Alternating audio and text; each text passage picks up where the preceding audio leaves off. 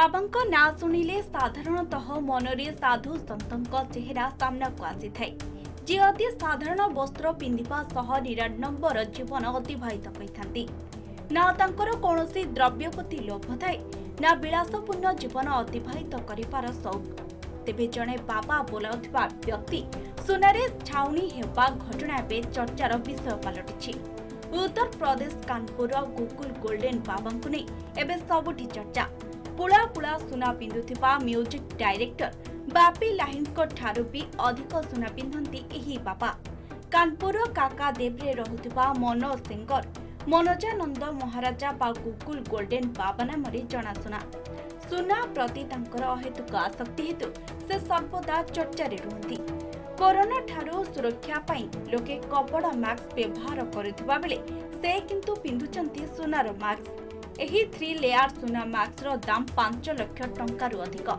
सेही भली बेकरे दौड़ी भली चेन ता सांगको सुनार मोटा मोटा डेउरिया, हातरे सुनार बळा सांगको सुनार गेंडालिया मुदी। खाली एतिकी नुहे, पादरे रूपार जोता भी पिंधंती से, जहार ओजन 4.5 केजी।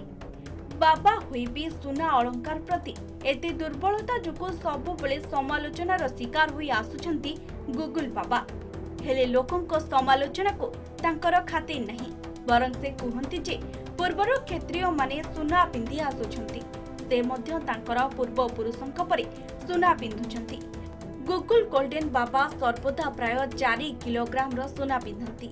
एथिरे 261 ग्राम रो एक शंख, 101 ग्राम रो मास्क, शिव कवच, दुर्गा मांक चित्र, माछ इत्यादि रहिछि।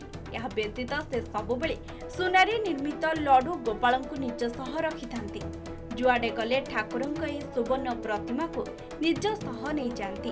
से तांको रिवॉल्वर पाई मध्य एक सुनार कवर कहिथिले, जा आलोचनार विषय पलटिथिला।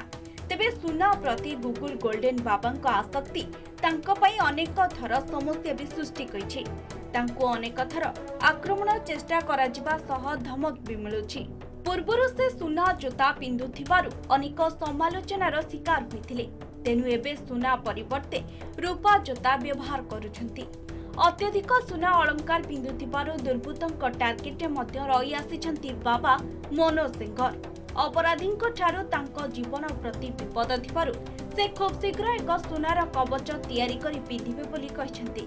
2018 गंगा नदी कूଳରେ श्रावणରେ आयोजित कनवार यात्रा रे आउ जने गोल्डन बाबा ओरफ सुधीर मकर जोग देथिले। सेही समय रे से 20 किलो सुना अलंकार पिंधि यात्रा को आसीथिले, जहार बाजार दाम पाखा पाखी 6 कोटी टंका थिला। जेउंतिरे 21 सुना चेन, 21 लकेट, बाजू बंध, मणि बंध सहित गोटे सुना जैकेट मध्य थिला, जहा बेस चर्चार विषय पलटिथिला। एही बाबांको छड़ा आम देश रे आउरी अनेक सुना प्रेमी अछंती, जेउ माने किलो किलो ओजनर सुना पिंधि चर्चा रे रहिछंती। सेमानक मध्यनु महाराष्ट्रर सनी वाक्चर जे जोता ठारू आरंभ करी मोबाइल फोन सबुथिरे सुना व्यवहार करंती। आउ जणे हेउछंती दत्ता पगेंग जे 3.5 किलो सुना सार्ट पिंधि चर्चार परिसर को आसीथिले। ग्रीनिज बुक रे तांकर सुना सार्ट मध्य रेकर्ड करिछि।